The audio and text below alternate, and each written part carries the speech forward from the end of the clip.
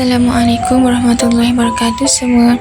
Okey, hari ini saya akan membuat satu bahan bantu mengajar mata pelajaran sejarah yang akan membantu murid-murid tahun 6 untuk mempelajari topik tokoh terbilang Kesultanan Melayu Melaka. Cara untuk menghasilkan BBM ini sangat mudah dan ringkas, dan cara bermainnya juga tidak membebankan murid-murid. Saya menamakan BBM ini sebagai Rolingo disebabkan gabungan permainan bingo dan cara untuk bermainnya iaitu berputar.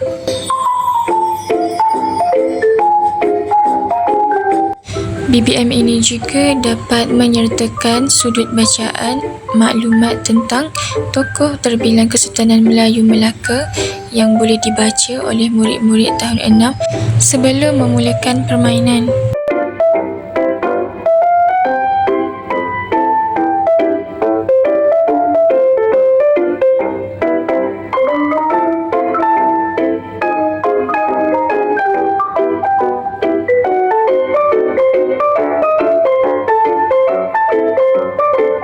Antara bahan-bahan yang kita perlukan untuk menghasilkan BBM ini ialah kotak. Seterusnya beberapa batang tisu, beberapa kepingan kotak yang dipotong. Pastikan saiz kotak sama dengan saiz batang tisu tadi, dan beberapa helai kertas warna dan beberapa cucuk lidi. Antara alatan yang diperlukan untuk menghasilkan BBM ini ialah gunting, double tape dan gam. Baiklah, cara yang pertama untuk menghasilkan BBM ini ialah menampalkan kepingan kotak tadi kepada batang tisu menggunakan double tape. Setelah selesai meletakkan double tape, boleh terus dilekatkan pada batang tisu seperti ini.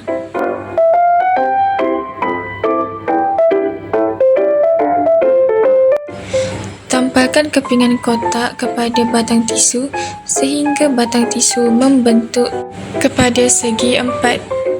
Setelah itu, tampalkan kertas warna kepada batang tisu yang berbentuk kotak tadi, dan inilah hasilnya.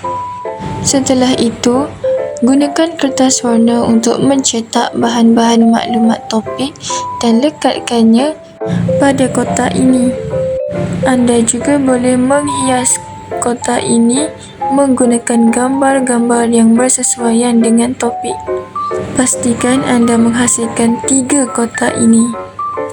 Seterusnya, anda memerlukan kertas warna yang dipotong dan menggulungkannya untuk meletakkan nama-nama tokoh.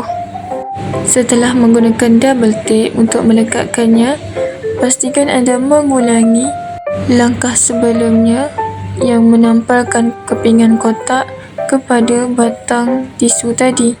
Dan seperti inilah hasilnya.